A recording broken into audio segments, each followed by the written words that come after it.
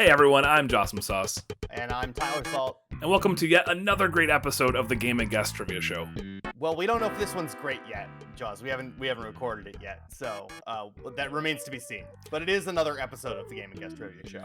I just have a feeling, Well, anyway, today we've got a great game that Tyler Salt's going to be playing, Paperboy, and possibly Paperboy 2 for the NES, if all things go well. And we've got trivia questions based on newspapers, dogs, and bicycles. So the way this works is Tyler Salt's going to be playing, and I'm going to be throwing questions like newspapers at windows at him. Yep. There's 20 questions, worth 5 points each. Play along, track your score. We'll have a scoring thing at the end. It's really fun if you haven't seen this before.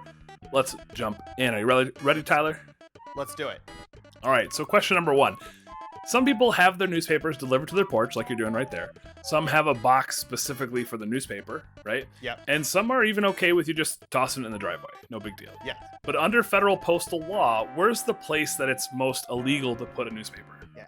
You cannot put anything that is not mail through the USPS in a mailbox. That's right. It's a $5,000 to $10,000 fine if you do that. So, That's wild. good. You got 5 points in that one. Great job. Yeah. I'll add too. What's fun about Paperboys? My first job was a paper route. Oh, I had one of these, and that was a big deal. And I got warned once because I did that. And luckily, some of the postal carriers are cool and they let you know, don't do that before they arrest a 14-year-old boy. Oh, as you get crushed. Dog. About 5 points for that first question. Nice. This round also has to do with periodicals, so newspapers, periodicals, magazines. So let's talk about probably the most famous one, Time Magazine. Time Magazine. Heard of it. They have a Person of the Year. They've named every year since 1927. Yeah. Charles Lindbergh was the first one. We had that came up in the last episode. Callback. So the Person of the Year is awarded to whomever, what they say, quote, for better or for worse, that has done the most influence on the world in the events of the year.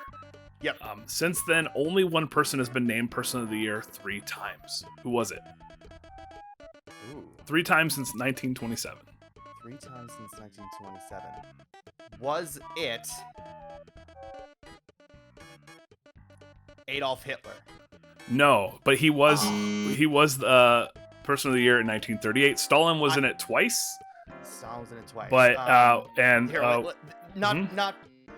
not for points, but I want to take another guess. Yeah.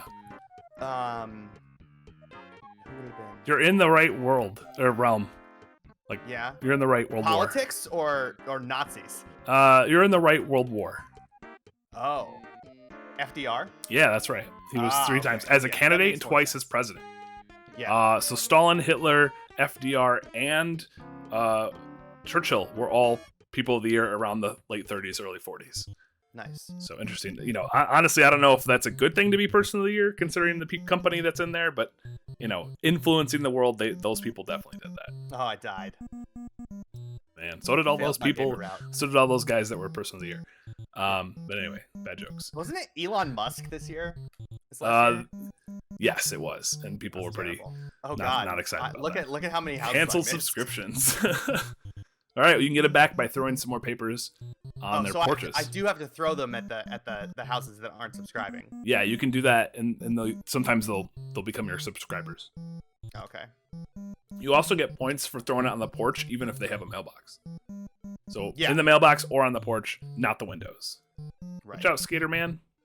What's this tornado? You just get those randomly. Trust me, I saw a lot of Dust Devils trying to catch. Clearly in the Midwest, yeah. Yeah.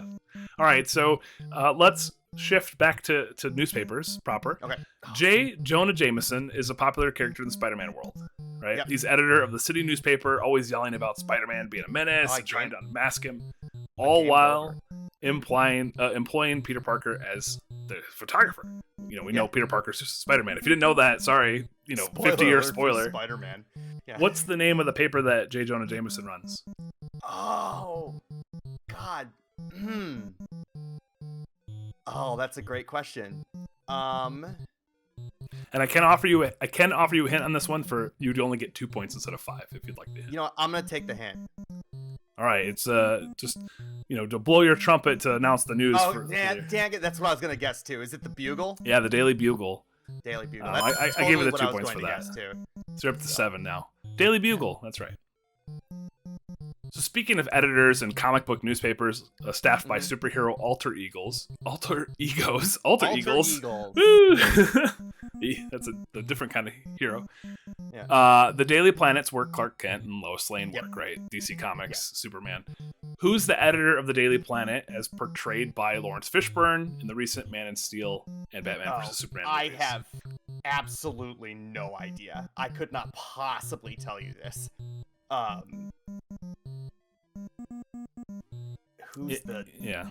Yeah. I Nothing comes to mind either at all. Like there's no Nothing. even beginning of a Nothing. thought. I don't even have a guess here, to be honest. Yeah. I don't even have a hint because I just don't have a hint. You just thought this would be easy. Turns out I don't care about Superman. Superhero editors, I guess. Well, I mean, I knew, like, I could have said J. Jonah Jameson. Sure. That's why I flipped that switch, because I knew you'd know that answer. Look at that guy doing handstand, whatever he's doing there. Do whatever he's doing, yeah. I do not have even the beginnings of a guess here. Perry White. Perry White. Nope, still didn't recall. Nope. All right. Nothing. Hey, no problem. Those are the best kinds of trivia because you learn. Yes. I just remember the Perry White from The Adventures of Lois and Clark, or Lois and Clark: The Adventures of Superman. That was back in the 90s. Yeah, I remember that show. I never watched it because again, I don't much care It's not about a Superman guy. Yeah. Speaking of Superman, you're really flying on this obstacle course here. Yeah, I am. Dun, dun, dun, dun, dun. Nice. And the three people are so excited to see you there. They're very excited. All right, let's go back to magazines. So in ancient times, like the 80s and 90s, people used a magazine to know what was coming on TV that week. It was called TV Guide. TV Guide. It's amazing. Yeah. Imagine, I mean, we're in our 30s, so we kind of understand, like, but there was a TV Guide still for us in the beginning, and now it's like everything's streaming. But, there was TV Guide, the magazine, and then there was the TV Guide channel where you had to wait for your channel to scroll up to see, like, I can't wait until Nickelodeon shows up so I can see what's on there. And if you missed it, You're just boned. Yeah. Good times. You're just going to turn it on and see. Yeah, anybody under like 25 watching this is like, what? Anyway, it's still around today, surprisingly, but it's less frequently published. It's kind of every other week thing. But the first issue of TV Guide, way back in April 1953, featured the baby son of the stars of I Love Lucy, Lucille Ball, and her husband, who played Ricky Ricardo on the show. Named the actor. Desi Arnaz. That's right. So Desi Arnaz Jr. was on the cover of the first issue. Oh, nice. All right, 5 more points there. Call man, I should get points for throwing it through the window, to be honest. Yeah, do you? Let's check. I'll watch your points. No, when you don't. You super don't. Okay, I don't know if you get, because it's kind of like a balance. Like, it's precision to hit the window. Yeah, nice. Watch out for those wheels. Ah, the wheel. Get hit by the tire. Oh man. All right, sticking with periodicals. So, did you have Nintendo Power growing up? I sure did. So the first issue came out in 1988. What game was featured on the front of issue number 1? I know this. It was Super Mario Brothers 2. Nice. Yes, it was. Fun fact with that, Nintendo Power ended its publication in 2012 and put New Super Mario Brothers U on the cover in a nearly identical pose as a throwback homage to that's nice. To how that. So you get a bookend of the series really nicely there. What cracks me up about it is Nintendo Power was made by Nintendo, so you basically had the developer, the publisher, promoting their own stuff, pretending to be objective. Just a giant ad. Yeah.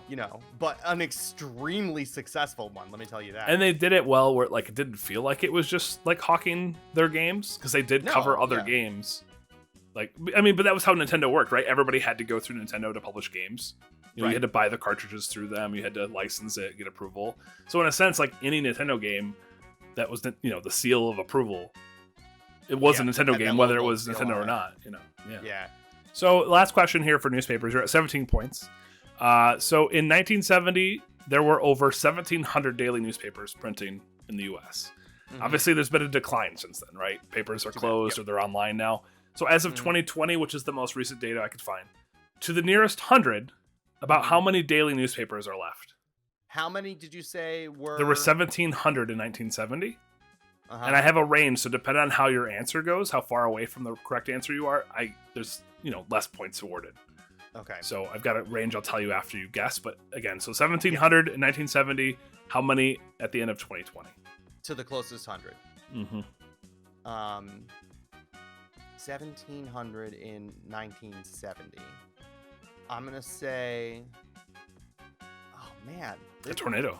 This game is so hard. I'm gonna say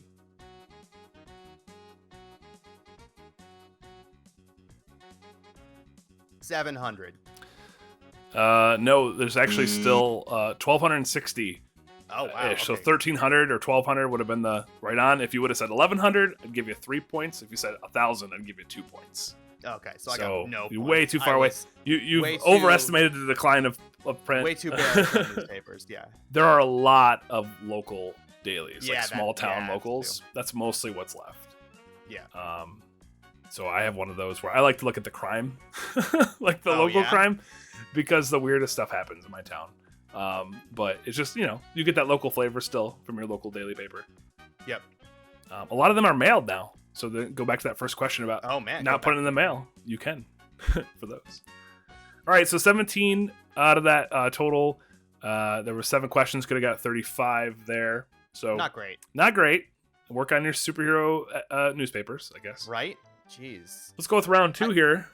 I don't study for this at all, by the way. No, and I don't give you any hints at all. So you don't even know. Neither, and this works for all the episodes. If I'm playing the game, you don't tell me anything about it.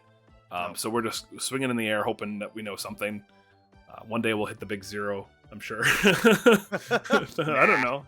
That one you won't ever see, because if we get a 0, we just won't publish that recording. We'll just record another episode immediately. We'll just do the same one, and we'll pretend we didn't know half of them. That's all. No, this is integrity. We care. We're integrity based, ethical trivia people. Yes. So. I got 10,000 points. All right, bicycles. So the first true bicycle was invented by Carl von Drais. Okay. And was called a swift walker because it didn't have any pedals. You had a wooden frame, iron rims, rubber tire, and you just sort of kicked yourself through. Just imagine a bike, like a balance bike for kids now, right? That's basically the first bike. So what century did that bicycle get invented? So between the 17th, 18th, 19th, or 20th centuries, what century was the bicycle invented? I'm going to say So wait, tell me again what worked with this bicycle? Like, how did it work? So it was a wooden frame, had iron wheel rims and rubber tires. And it basically, you would just walk yourself with the, kind of like a balance bike with no pedals. Yeah. Just kind of push yourself with your feet. You can't see my feet when I'm trying to push under my desk here. But you sort of just ran enough to get yourself some speed, and then it was a swift walker is what they called it, because you basically just walk swiftly on a bike. Oh, I got a top score. Yeah, nice. Because I finished 2 days. Perfect. So between the 17th and the 20th century, which century? I'm going to say it had rubber wheels. I'm going to say the 19th century. That's right. 1817 is when it was invented. Very good. 5 points there. All right. I know you have some ties to Michigan. Obviously, I'm in Michigan. Have you ever been to Mackinac Island? I've not been to Mackinac Island. You've heard of Mackinac Island, though? I've heard of it. It's for everybody else here in Michigan, we have a little island up north. We've got Michigan. It's like a lower peninsula, upper peninsula. There's a little island here by the bridge that connects the two peninsulas called Mackinac Island. If you saw the 1980 love story film Somewhere in Time with Christopher Reeves and Jane Seymour, that's where that takes place. There's like a time travel thing with Mackinac Island. It's kind of interesting. Right. So anyway, getting into the question, nearly 1,500 bicycles are rented on the island each year to ride along Michigan State Highway 185. So M185 runs around the island. This M185 is unique because it's the only state highway in the country to do what? Not allow cars. That's right. Yeah. No vehicles. I've heard that about Mackinac Island. Yeah, it's pretty cool. That there you can't drive there. Yeah, it's the only one in the country. It's a state. It's an official state highway. Official state highway. You can get pulled over by highway patrol, the state police.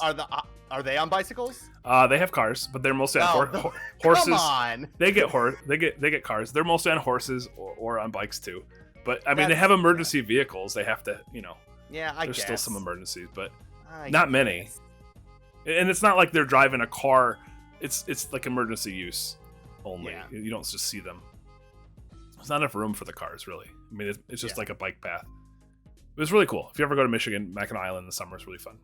Yeah, we'll give it a shot. Sponsor us, Pure Michigan. Come on. Anyway. Yeah, there you go. we've talked about Michigan like every week. We're always going to do it.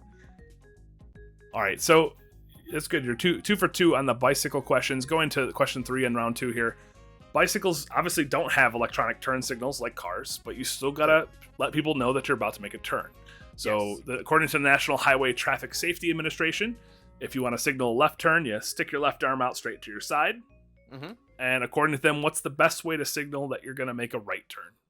Ooh, so this is interesting. I feel like this might be a trick question because I definitely know that you used to, at the very least, you were used to supposed to like put your left arm up like this, right, at a right angle.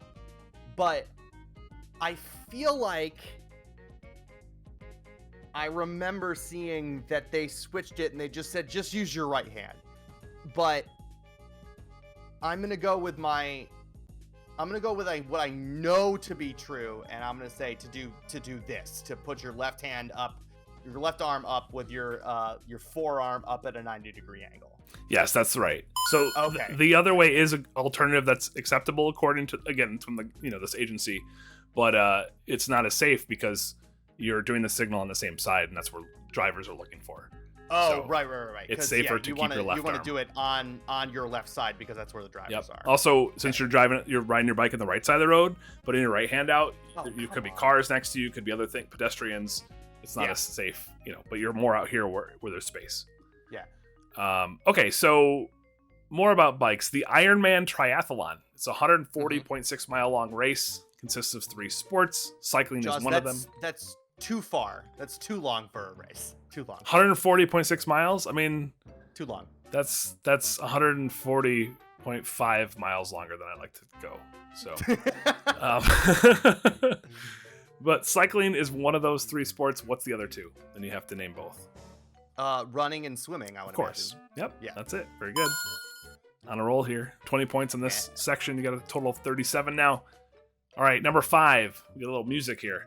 In the Queen hit, one of my favorite bands, one of my favorite songs, Bicycle Races. Bicycle Race. The great Freddie Mercury sings about how he doesn't care about a lot of things. He just wants to ride his bicycle. In one lyric that hits close to home, you'll see why, the song goes, you say bark, I say bite. You say shark, I say hey man, Jaws was, never was, my scene, and I don't like what movie? Star Wars. That's right. He also doesn't believe in Peter Pan, Frankenstein, or Superman. All I want to do is bicycle.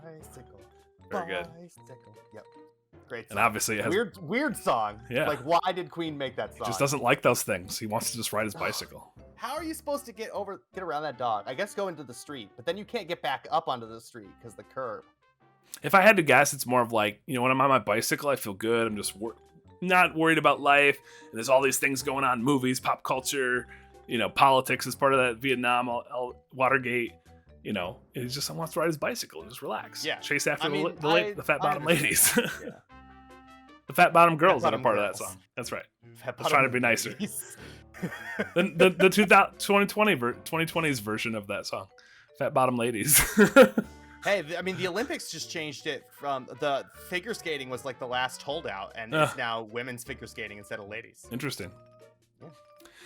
All right, so final question of this category of this round. So with the pandemic keeping people out of gyms for a little bit there in 2020, the at-home exercise industry exploded. We all know about Peloton, how they led that trend. Shit. That's what I thought you were going to be asking about. I was like, yeah, Peloton. We're not gonna ask that kind of easy one. But all that, they increased a ton of sales. They had people bought the stationary bikes, they got mirrors, whatever. A lot of other companies came out too, right? Not just Peloton. Yeah. But all that good news with Peloton came to a crash in December and January, just a few months ago, when characters in 2 TV shows were depicted having medical emergencies while riding their Peloton bikes. Name either of these shows. Ooh. And as a result, the stock tanked a little bit. That's and led to kind of the start of rumors of who's going to buy out Peloton, who's going to bail them out. allegedly because of these depictions. The fact that this happened because of a TV show is just proof that the stock market is made up. Man, I feel like I heard about this story, but I have no idea. What are some TV shows that are on? By the way, this game sucks. Let's go to Paperboy 2. All right, so now we're doing Paperboy 2. Okay. Yep. So what? Either of those shows was one of them.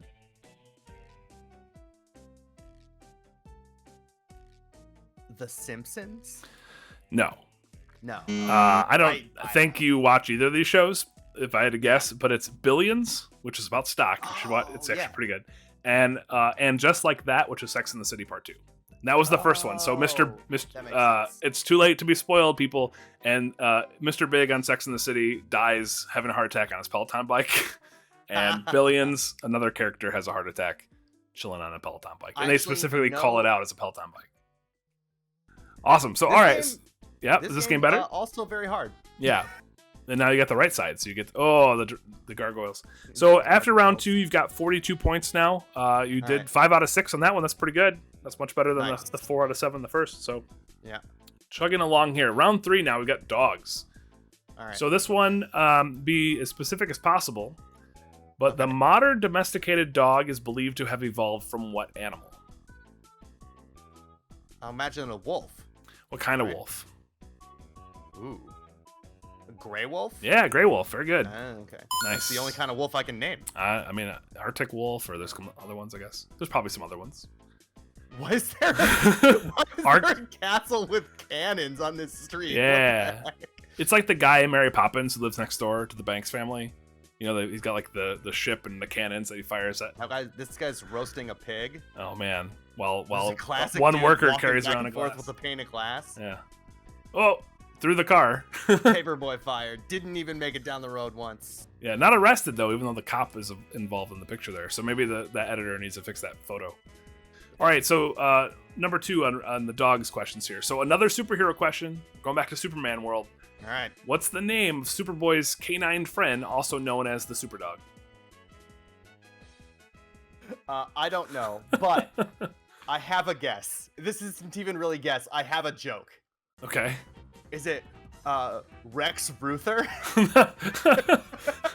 No, but that would be a good Lex Luthor dog, like the villain dog, like the anti, the arch nemesis of Crypto, the super dog. And it's Crypto like Krypton the planet, not this weird currency magical money thing. Yeah. Yeah. And if you watch Titans or any of the new shows, again, you're not a DC guy, I get it. But a lot of folks who are probably yelling at the TV or at the computer, like, "Come on, it's Crypto. He's right in the show." But whatever. Good for you if you got it right. You did it. Yeah, you did it. Yep. All right, third question here. So we've heard about drug sniffing dogs, bomb sniffing dogs, canine, other law enforcement dogs. Mm-hmm. But in 1980, a cartoon dog was created to help kids and families take a bite out of crime. What's that character's name? McGruff the Crime Dog. McGruff the Crime Dog. That's right. Very good. Still around once in a while, but TV PSAs are kind of gone. Yeah. By the way, that robber, the guy was robbing a bank, and I just solved it. Went by because I'm a child on a bicycle. Yeah. But I did throw a newspaper at him. Good. You stopped the crime in progress. Good job. I don't think that I did. I did not hit him with the moat. If I remember right, one of the newspapers will say like, "Paperboy's a hero." Like if you do that. Nice. So hopefully you'll get that here. Watch out for the sunbather. Wow. Oh, you didn't want to put the sprinkler? That's risky. I could what? You can hit everything in this game. You could hit the sprinkler with the newspaper to hose her down. Oh, really? Yeah. Next time. So that's what Paperboy 2 is different. There's a lot more interactions. Like that, you can stop everything. Yeah, you got it. Oh, I hit the wheel with a all right, here's the castle with cannons again. Like you can hit that bird by ramping up. Oh, nice. Yeah. All right. Let's get through traffic here, Frogger style. All right, so the next question here. So what dog doesn't love a bone, right? Especially big bones. And you know what has big bones? Dinosaurs. Big bones, Dinosaurs. Good segue. I hope that's where everybody thought I was going. A nearly entire skeleton of this dinosaur was dug up in North Dakota, was fought over in a long legal battle over land rights between the government and a member of the Cheyenne Sioux tribe, and now resides in the Chicago Field Museum. What kind of dino bones is it? It's a T-Rex, right? That's right, Sue the T-Rex, who was the biggest one, and now there's Scotty the T-Rex from Canada from a couple years ago, who's even bigger. But T-Rex is the correct answer there for 5 more points. I've seen that. I've seen Sue in the Field Museum. It's pretty sweet. If you have a chance to go to Chicago, viewers, and check out the Field Museum, it is an absolute treat. Yeah. What a great museum. Whoever, I was there a couple years ago, Sonic Boom or Bust. I was there a couple years ago, and whoever was in charge of writing their like captions for stuff just needs a raise. So funny. Like some of the best captions I've ever seen in a museum. So props to the Field Museum in Chicago. Saint Bernards are often portrayed falsely as carrying a little barrel around their necks to help them save ill and fallen mountain climbers. Although that's been constantly debunked and denied to never actually happen, what's supposedly in those barrels? I mean, I would guess water, right? Take that, buddy. I would hope it's water. Because it definitely can't be whiskey, because whiskey just dehydrates you and makes you feel makes you think that you're warmer, but you're actually not. Right. Yeah. So I'm gonna say the Ghostbuster baby carriage just hit you. So I'm gonna say there's water in there. Nope, it's brandy or rum in some cases. It's alcohol. What? That was because it's the olden days where they thought that like alcohol warmed you up when you were having hypothermia. So it's not whiskey. But it could have been, but it's brandy. Is originally what it is, and it was portrayed in a painting, and then sort of carried on from that, and it's a Saint Bernard cathedral, or not? It's like a monastery, where the Saint Bernards are from, or where they're named from, and those monks continually say no, that's never happened. So, yeah, but it's little barrels of alcohol, little kegs. Those big fluffy buds. So no points there. So we've got two more questions left. You've got about 57 points right now, so you're doing okay. Oh, that's water? Oh, what? Yeah, something. Kitty litter or a desert, I don't know. A bunker? Sand. Still, if it's sand, you just fell through it. Anyway, it's a deep sand. The nice thing is you don't have to beat. That's a bonus area. It doesn't matter. Oh, look, he causes vandalism in a haunted house. Yeah. I'm losing all of my subscribers. Yeah. So 2 more questions here. So first, before becoming the symbol of Dogecoin cryptocurrency, this dog breed was a highlight of the internet. It's a really awesome viral meme that I always loved that include broken English sayings like "such wow" and "much good." Such wow. And multicolored Comic Sans font. Name the dog breed. It's a Shiba Inu. That's right, Shiba Inu. My favorite is Doge Weather. It's still around, and it will. Yeah. You put your location in, or you have it on your phone. It will tell you the weather, like such rain, or we're about to have a snowstorm, so you'd be like, wow, snow. Yeah. It just makes you feel good. But, it's kind of corrupted by this cryptocurrency thing. Just like cats have kind of disappeared from the internet from the 90s too. So Paperboy fired. Good. Shiba Inu. All right. That puts you up to 20 for this section. All right. Last question here. Last question. It's a good one. This is another one of those weird, like, you're going to guess a number, and if it's within a scale, you'll receive points for it. So I love a good hot dog, don't you? You like hot dogs? I do. I especially love a good Detroit-style coney. Every year on the 4th of July, the Nathan's Hot Dog Eating Contest takes place at Coney Island in New York City. Sure. In 2021, last year, American Joey Chestnut won the men's contest for the 6th year in a row by eating how many hot dogs in 10 minutes?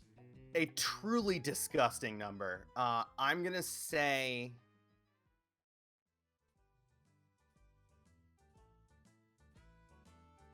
85. 85. The answer is 76. Ugh. So the way the scale works is if you are within 5, you get 5 points. If you're within 10, which you were, you get 3 points. So I'll give you 3 points for that. If you're within 15, I give you 2 points. All right. So you get 3, put you at 23 for a total of 65 points. on this. Man. So we're really good at this mid-60s thing. That's just like our this is our par. Is where we live. Yeah. We create the par. By the way, the women's was American Michelle Lesko. She ate 30 3/4 of a hot dog. A much still disgusting, but much more reasonable. I mean, I eat if I ever eat 5, I'm a big guy. I could eat a lot. 5, it just seems like. But 2 is my limit, I think. But also we put stuff on it, right? They don't. Yeah. It's just water. They use the water true. to melt the bun, basically. Water to melt the buns. So just so gross. Yeah, they're the most. Oh God. But yeah, competitive eating. All right, Jaws. How did I do? Hopefully better on these questions than I did. This is stupid. Yeah, and hopefully game. For the first time I'm scoring it correctly because we've had we're 0 for 3 on 0 for 4 on scoring correctly. Hey, I was right last week, right? You were right. Yeah, you were right. Okay, so 1 for 4. Thank you. So 48, 58, yeah, 65. I got it right. So 65 is what you got. So how everybody did here, we'll see it on the screen like we always do. So 0 through 20, you lost all your customers and been fired. Terrible Paperboy, right? Yep. 21 through 40, you crashed your bike. It's now a mangled mess. So you're gonna have to walk that route for the next few days. Wait for a new one. Yep. 41 through 60, a couple broken windows, but everyone's keeping their subs, so it'll be all right. Just no tips this time. Yeah. Could be worse. 61 through 80, well, you're making bank on some tips. Customers are happy with you. Couple tips in the mailbox. By the way, as a Paperboy, Christmas was the best time to be a Paperboy. That paid for the whole year.